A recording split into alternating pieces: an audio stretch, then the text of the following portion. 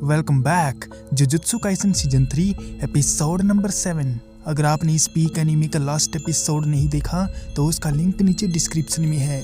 हकारी उन लोगों की मदद के लिए राजी हो जाता है और उसे जब बताया जाता है कि गोजो सेंसेई सील कर दिए गए हैं तो उसे अपने कानों पर बिल्कुल भी यकीन नहीं होता। इसके बाद पांडा उन सबको बता देता है कि मास्टर यागा मारे जा चुके हैं, लेकिन वो शिबुया में नहीं बल्कि हायर के साथ लड़ाई में मारे गए हैं। ये सुनकर यूजी को काफी दुख होता है, लेकिन फिलहाल उनको आगे का प्लान भी सेट करना है और हकारी कहता है कि वो उनकी मदद कर तो देगा, लेकिन कलिंग गेम के बाद उन सबको उसकी भी मदद करनी होगी। इन सब के लिए वो मान जाते हैं, लेकिन मेगुमी उसके सामने शाना बनने लगता है तो हकारी उसको पूछने लगता है कि आखिर वो बंदा है कौन जो बीच में अपनी टांग अड़ा रहा है, जिस पर मेगुमी उसको बता देता है कि वो जेनेन क्लैन का हेड है। ये सुनते ही उन दोनों के तोते उड़ जाते हैं और हकारी उसका यूज करने की सोचता है, क्योंकि जेनेन क्लैन का हेड अगर उसकी बात मानेगा तो उसके लिए फायदा ही फायदा है। इसलिए वो मेगुमी से मीठी मीठी बातें करने लगता है। फिर वहाँ पर कोगाने आ जाता है और बताता है कि कलिंग गेम में एक नए प्लेयर ने एक नया रूल ऐड किया है। वो लोग उससे और भी सवाल पूछने लगते हैं तो कोगाने बताता है कि वो सिर्फ यूजी की बात सुनता है क्योंकि वो एक प्लेयर है। ये सुनते ही मेगुमी को हैरानी होती है, क्योंकि अभी तक तो उन्होंने कलिंग गेम में पैर भी नहीं रखा तो वो प्लेयर कैसे बन गया।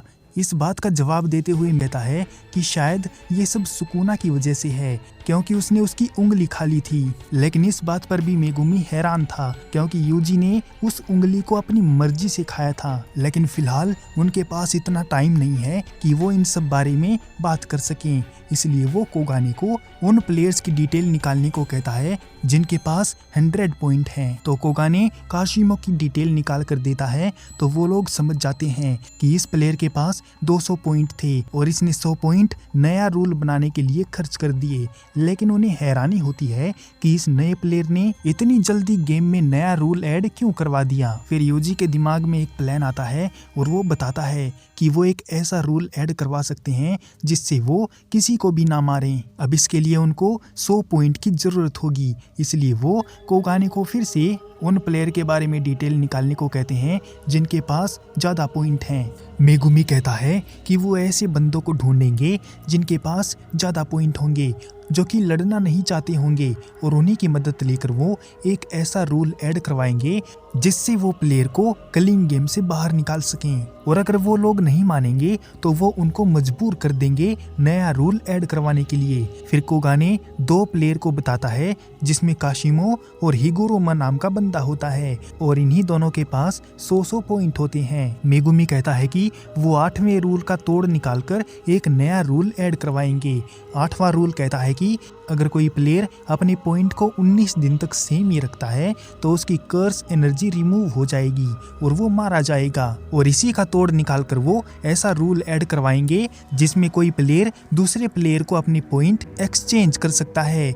इससे रूल भी नहीं टूटेगा और कोई प्लेयर 19 दिनों में मरेगा भी नहीं। और अगर ये रूल ऐड नहीं हुआ तो वो कुछ ऐसा रूल ऐड करवाएंगे जिसमें किसी नॉन प्लेयर को प्लेयर बनाकर और किसी प्लेयर को नॉन प्लेयर बनाकर कलिंग गेम से बाहर निकाल देंगे। अब ऐसा होगा या नहीं होगा वो तो पॉइंट मिलने के बाद ही पता चलेगा, लेकिन फिलहाल उनको काशिमो और हिगुरोमा के साथ एंजल को भी ढूंढना है, क्योंकि उसकी कर्स एनर्जी से वो प्रिजन रेल्म के बैक गेट को ओपन कर सकते हैं। इसके बाद हम एक कलिंग गेम के प्लेयर हिगुरोमा को देखते हैं जो अपने क्लाइंट के साथ बात कर रहा होता है। उसका क्लाइंट एक केस में फंस गया है, क्योंकि एक माँ बेटी का मर्डर हो गया था और इस मर्डर का इल्जाम उसके सिर पर आ गया है। और पास ही के रहने वाले एक बंदे ओए पर पुलिस वालों को शक था, इसीलिए उन्होंने उसको अरेस्ट भी कर लिया था। और जब उन्होंने उससे पूछताछ की तो वो पूछताछ के डर से वहाँ से भाग गया था। लेकिन उस क्लाइंट ने एक गलती और कर दी थी,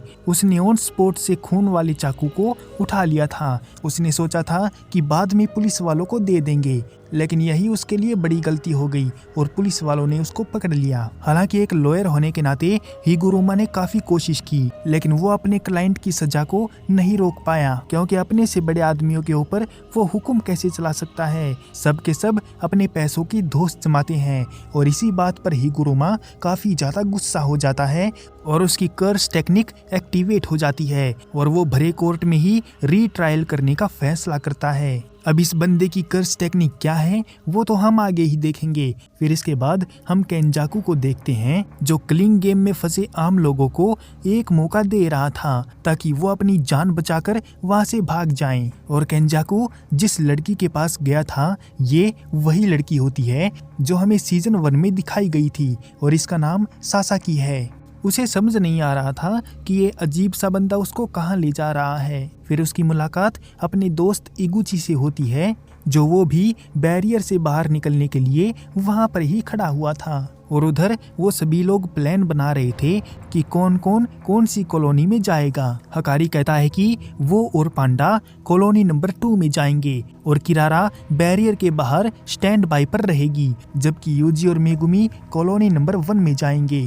इस बात पर यूजी एग्री तो नहीं होता क्योंकि उसे डर है कि सुकुना मेगुमी के साथ कुछ बुरा करने वाला है, पर मेगुमी उसको वहीं पर चुप करवा देता है क्योंकि अभी उसको अपनी बहन को बचाना है, क्योंकि उसके दिन अब घटते ही जा रहे हैं और जल्दी ही उन्हें रूल ऐड करवा के उसको क्लिंग गेम से निकलवाना है। पांडा और हकारी अलग बैरियर के पास चले जाते हैं जबकि यूजी और मेगुमी अलग बैरियर के पास। उनके बैरियर के पास आते ही वहां पर कोगाने शिकिगामी आता है और उन सबको अवेयर करता है कि यहाँ पर एक डेथ टूर्नामेंट चल रहा है। अगर तुम एक बार इस कॉलोनी में एंटर हो जाओगे तो तुम एक प्लेयर माने जाओगे और इसमें प्लेयर की जान भी जा सकती है और अगर वो नहीं चाहते तो कॉलोनी से बाहर ही रहें। लेकिन वो लोग इस बात को मान जाते हैं और कॉलोनी में एंटर कर जाते हैं। फिलहाल के लिए इस एपिसोड को यहीं पर एंड करते हैं। अब यहाँ से असली क्लिंग गेम की फाइट शुरू होने वाली है जिसमें काफी सारे नए पुराने सोर्सरर और नए सोर्सरर